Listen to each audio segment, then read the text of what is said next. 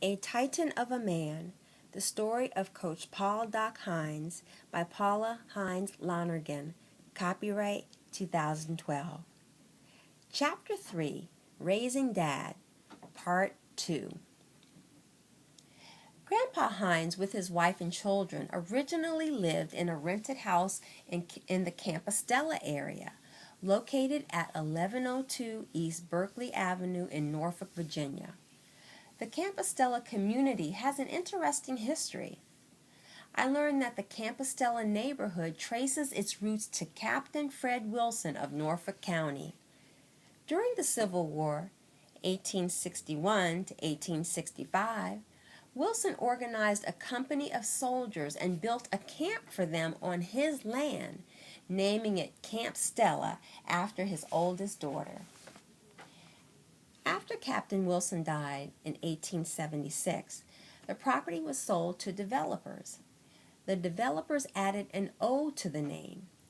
They surveyed the land as the Compostela Land Company and told prospective buyers that the area was named for a place in Italy, meaning starlit field.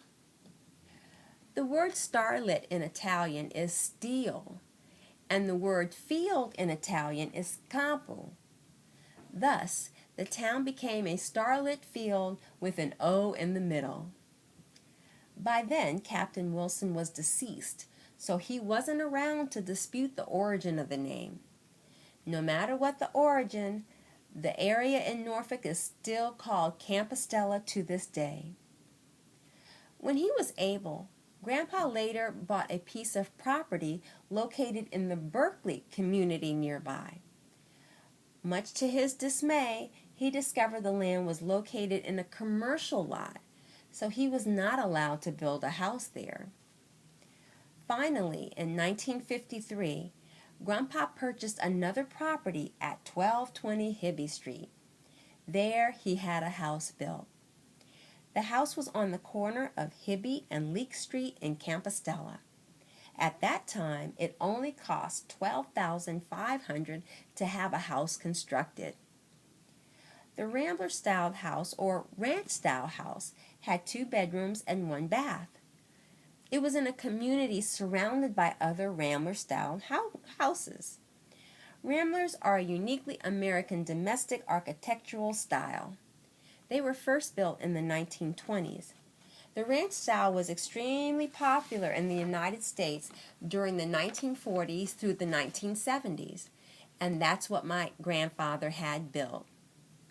The house had a long front porch, almost the length of the house, and a full attic.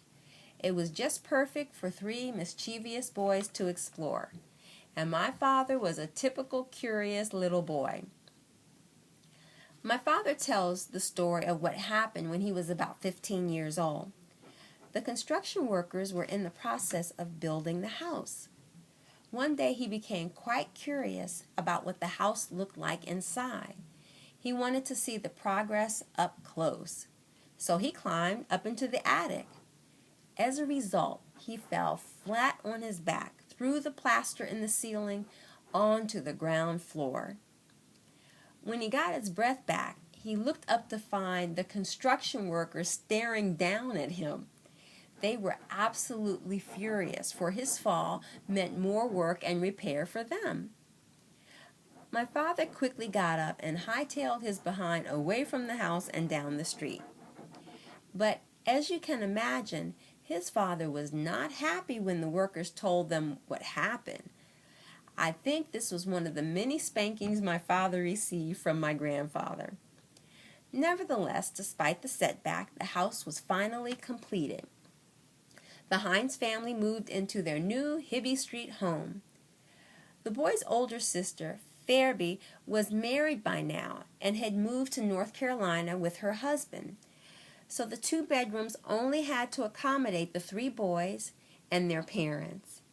The 3 boys shared 1 room, each sleeping in their own twin bed.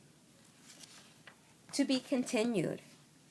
Please subscribe to my YouTube channel and then provide any comments, likes, and dislikes as you choose. Once again, Chapter 3, to be continued and coming soon.